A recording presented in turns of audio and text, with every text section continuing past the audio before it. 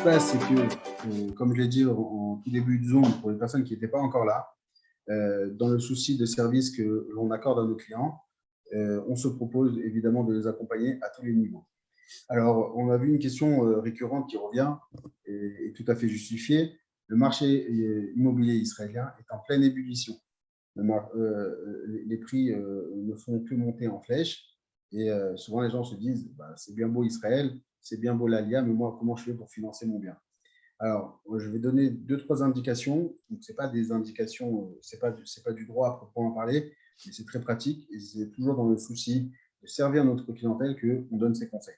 Alors, au niveau du financement, il faut savoir une chose.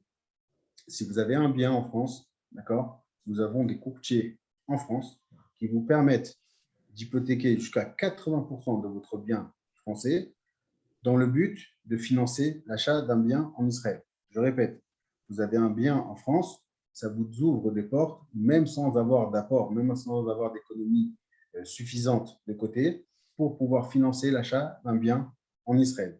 Donc, c'est-à-dire que déjà, pour l'apport, vous pouvez hypothéquer votre bien de France, et ensuite, pour le complément de l'achat, vous pourrez hypothéquer le bien que vous achèterez en Israël.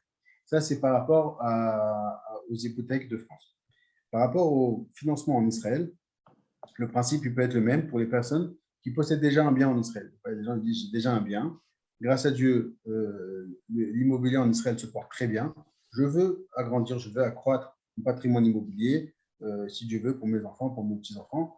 Est-ce qu'il y a des solutions? Alors là encore, la réponse est positive. C'est-à-dire qu'aujourd'hui, vous pouvez hypothéquer jusqu'à 50% de la valeur de votre premier bien pour justement apporter un apport et ensuite obtenir encore après un deuxième prêt sur le compte de l'achat du deuxième appartement. De cette façon-là, très souvent, il y a des solutions à moindre coût qui vous permettent encore aujourd'hui, malgré les prix pratiqués en Israël, de pouvoir investir ici. Autre chose très importante aussi à savoir, c'est que comme de partout, il y a l'offre et la demande et il y a ce qu'on appelle le Merkaz, le centre, Jérusalem, Tel Aviv. Aujourd'hui, ça va même jusqu'à Ashdod et Netanya.